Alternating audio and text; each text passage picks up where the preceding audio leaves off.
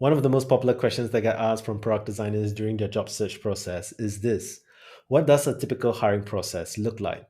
As a hiring manager who has worked at various organizations from large to small, here's a behind the scenes look on what a typical hiring process looks like.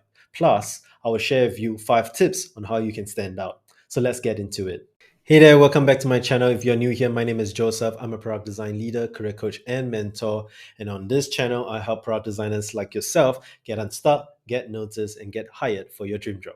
With over 10 years of experience being as a designer, as a hiring manager, I've helped hundreds of product designers like yourself get hired by sharing my mistakes, learnings, and insights on the job search process. If you're new here, consider subscribing for more. All right, so here's how a typical hiring process looks like. We start with step number 1, where the hiring manager has new job requirements and crafts the job description. Step number 2, the recruiter receives the job description and posts it online across job boards as well as the company career page. Step number 3, the recruiter screens and shortlists the first round of candidates. Step number 4, the hiring manager reviews the first round of candidates, their resumes and portfolios.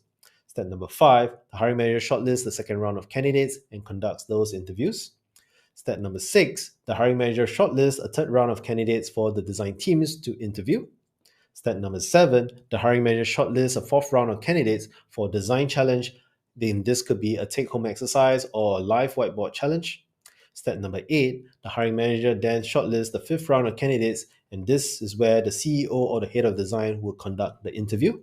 Step number 9, the hiring manager decides on the final candidates and informs the recruiter. Step number 10, the recruiter informs the final candidates on the job offer and negotiates the compensation. And step number 11, where we all want to be, the final candidate signs and confirms the job offer and starts work. And hopefully that gives you a nice behind the scenes look in terms of what a typical hiring process looks like for a product designer. And more importantly, I want to go into the 5 tips in terms of how you can stand out as a product designer throughout the whole hiring process. Tip number 1, skip the line and reach out to the hiring manager directly. You can find the hiring managers on LinkedIn by going to their LinkedIn profiles, sending them a connection request with a personalized invitation, or you can send them with a direct message on LinkedIn as well. Or you can go onto a platform called AP List, Amazing Design People List, where you can find them as a mentor, get some mentorship advice on your resume or your portfolio. Or lastly, you can go and reach out to a hiring manager directly by a referral from a friend or a colleague or a mentor. Just remember that when you're reaching out to this hiring manager, you do not want to be a spam, you want to be respectful. At the same time, you do not want to be selfish and self entitled that you will definitely get back a message from these hiring managers. Just remember that you want to show your interest first and provide value first as well. Tip number 2, send a personalized pitch for the role. All right. So during some of these job applications, there is a section where they will ask you for additional input or share your cover letter. This is where you want to share your personalized pitch for the role. Alternatively, if they only have one attachment link where you can just add in a resume. I do encourage you to personalize your cover letter in the resume attachment and share basically who you are, why are you a good fit for the role, why are you keen to join the company, how can you add value to the team and to the company, and why should the company hire you. Tip number 3, and this is my favorite, which is to share a curated portfolio of relevant case studies to the hiring manager. So when you are applying for a job, what you do not want to do is to share a generic portfolio of case studies and design works that you have.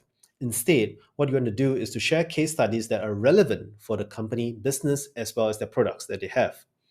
This will really help the hiring manager to see the transferable complementary value that you will offer, skills that you have, and experience that you can provide to the company and to the team.